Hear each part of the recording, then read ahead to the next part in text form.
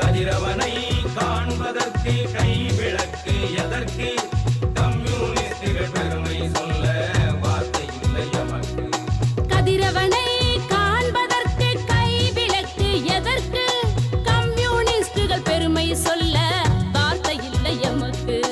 வரலாற்றின் பக்கம் எங்கும் படிந்ததெங்கள் ரத்தம். முதுபெரும் தலைவர் தோழர் ஆர் நல்லக்கண்ணு அவர்களுடைய இறப்பு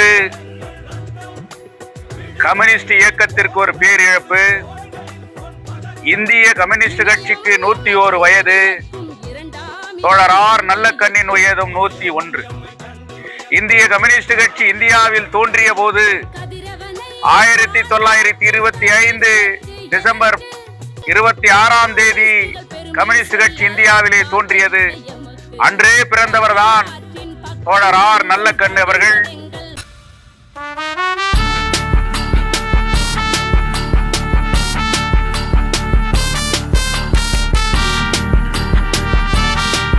இந்தியாவினுடைய 100ஆண்டு விழா இந்திய கம்யூனிஸ்ட் கட்சியினுடைய நடத்திய போது தோழர் ஆர் நல்லக்கண்ணு அவர்களும் ஒரு வரலாற்று சின்னமாக அவருடைய பிறந்த நாளும் அனுசரிக்கப்பட்டது. தோழர் ஆர் நல்லக்கண்ணு அவர்கள் தன்னுடைய 27 வயதிலே விவசாயிகளுடைய போராட்டத்திற்காக ஜமீன்தார்கள் நிவலச்சுவார்ந்தார்கள் ஏழைகளுக்கு வழங்க வேண்டிய நெல்களை அடைத்து வைத்து இருந்தபோது அதை எதிர்த்து கோடனை உடைத்து அந்த நெற்கதிர்களை பசி ஆற்றுவதற்காக தொழிலாளர்களுக்காக மக்களுக்காக வழங்கி அந்த போராட்டத்திலே அவர் சிறை சென்றார். 7 ஆண்டுகள் பிரிட்டிஷ் ஆட்சி காலத்திலே அவர் சிறையில் இருந்தார். சிறையில் இருந்த காலத்திலே அவருடைய மீசைகளை ஒன்றொன்றாக பிடுங்கிய வரலாறு, அவருடைய மீசைகளுக்கு சிகரெட்டால் சூடு வைத்த ஒரு வரலாறு, அவருடைய நகங்களை பிடுங்கி அவருக்கு சித்திரவதை செய்த வரலாறு, அவர் காலிலே செயின் கட்டி அவரை இழுத்து சென்ற அந்த வரலாறு, இந்திய நாட்டினுடைய சுதந்திர வேட்கைக்காக அன்றைக்கு மகாத்மா காந்தியோடும் அன்றைக்கு இருந்த பா ஜீவானந்தத்தோடும் கக்கன் போன்றவர்களோடும் தமிழகத்திலே சுதந்திரத்திற்காக உயிர் கொண்டு எழுந்த ஒரு இளைஞன் என்று சொன்னால் அது தோழர் ஆர் நல்லக்கண்ணு அவர்கள். அப்படிப்பட்ட சிறையிலே கொடுமைகளை அனுபவித்த போது கூட அவர் இந்த நாட்டினுடைய விடுதலைக்காக நான் இருப்பேன், என்னுடைய கம்யூனிஸ்ட் கட்சியினுடைய அந்த கொள்கைக்காக நான் இருப்பேன், என் நாட்டை நான் காட்டி கொடுக்க மாட்டேன் என்று சொன்ன ஒரு வரலாற்று சிறப்பு மிக்க ஒரு தலைவர் இன்றைக்கு மறந்தார். தமிழகத்திலே இன்றைக்கு பல்வேறு போராட்டங்கள், சாதாரண போராட்டங்கள் இருந்து எந்த விதமான போராட்டங்கள் நடந்தாலும் அங்கு தோழர் RNK அவர்கள் கலந்து கொள்வார். சாதாரண மக்கள் அவரை அழைத்தாலும் அவர்களோடு அவர் பயணிப்பார்.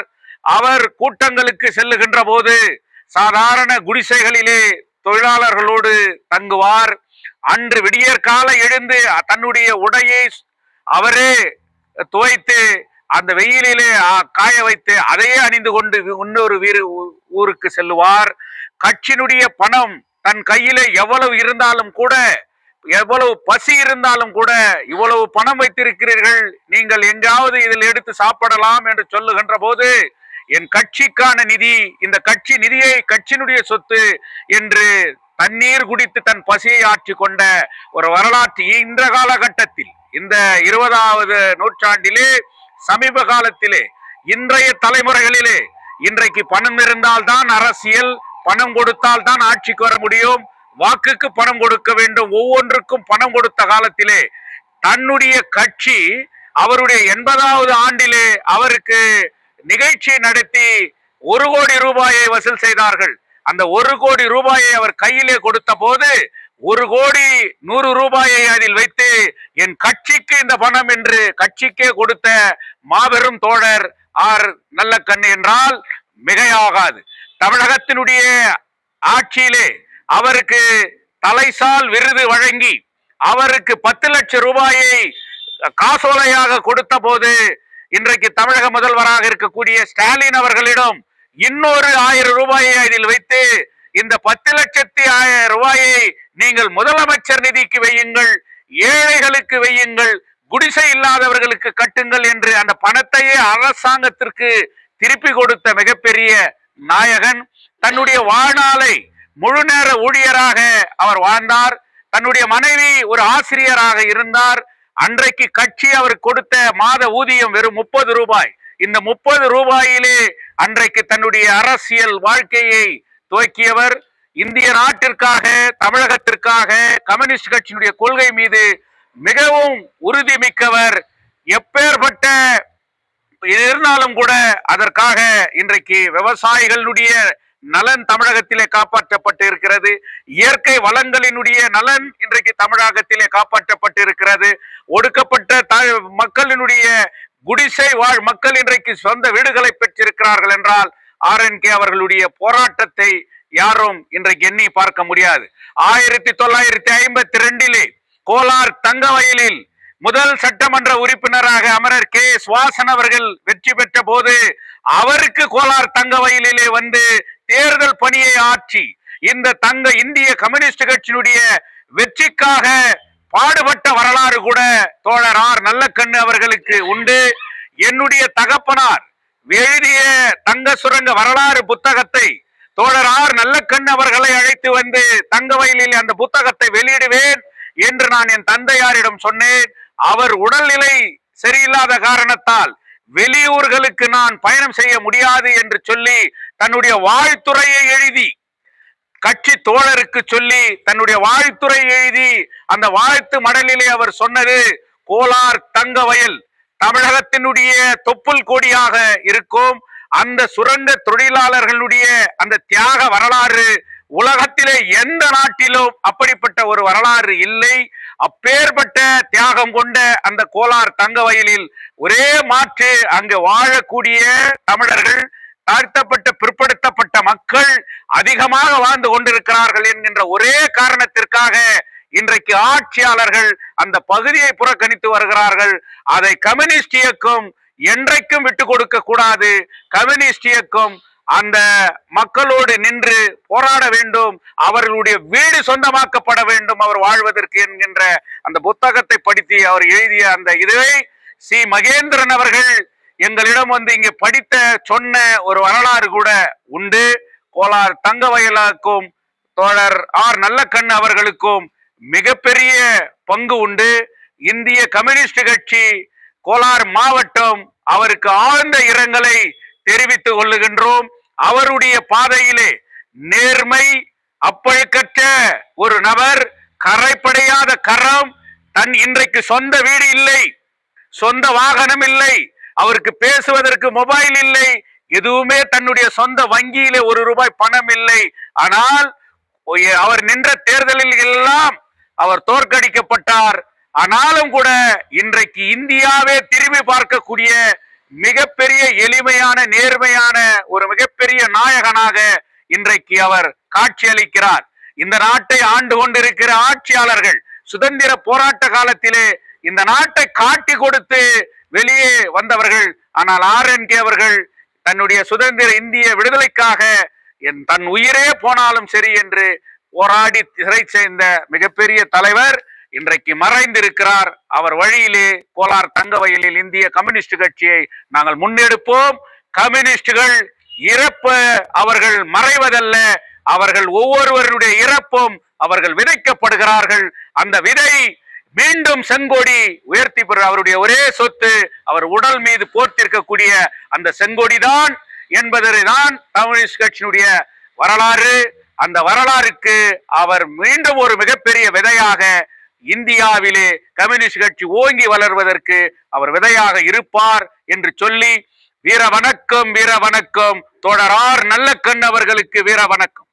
கதிரவனை காண்பதற்கு கை விளக்கு எதற்கு? கம்யூனிஸ்டுகள் பெருமை சொல்ல வார்த்தை இல்லை எமக்கு. கதிரவனை காண்பதற்கு கை விளக்கு எதற்கு? Red salute, comrade RNK. Red salute to comrade RNK. வீர வணக்கம், வீர வணக்கம், வீர வணக்கம், வீர வணக்கம், வணக்கம். தோழர் நல்ல கண்ணுக்கு வீர வணக்கம், தோழர் RNK வீர வணக்கம். புரட்சியின் நாயகனே, செம்படையின் ஒளிவிளக்கு, செம்படையின் ஒளி விளக்கே, பாட்டாளி வர்க்க சிவப்பு நட்சத்திரமே, பாட்டாளி வர்க்க சிவப்பு நட்சத்திரமே, தேசத்தின் சுடரே, தியாகத்தின் சுடரே, எளிமையின் சின்னமே, எளிமையின் சின்னமே, அரண்மனையா கரமே, கரைபடையா கரமே, உழைக்கும் மக்களுக்காக உழைக்கும் மக்களுக்காக வாழ்நாளையும் வாழ்நாளையும் உடலையும் தானம் செய்தவரே, தானம் செய்தவரே, நூற்றாண்டு கண்ட கம்யூனிஸ்டத்தின் நூற்றாண்டு கண்ட கம்யூனிசத்தின் இந்தியாவின் முகமே, இந்தியாவின் முகமே, வாழ்க வாழ்க உன் புகழ், வாழ்க வாழ்க உன் புகழ், என்றும் உங்கள் பாதையில் என்றும் உங்கள் பாதையில் தோழராய் பயணிப்போம். தோழராய் பயணிப்போம். வீர வணக்கம், தம் வணக்கம். வீர வணக்கம், செவ் வணக்கம். தோழர் ஆர்என்கேவுக்கு வீர வணக்கம். தோழர் ஆர்என்கேவுக்கு வீர வணக்கம்.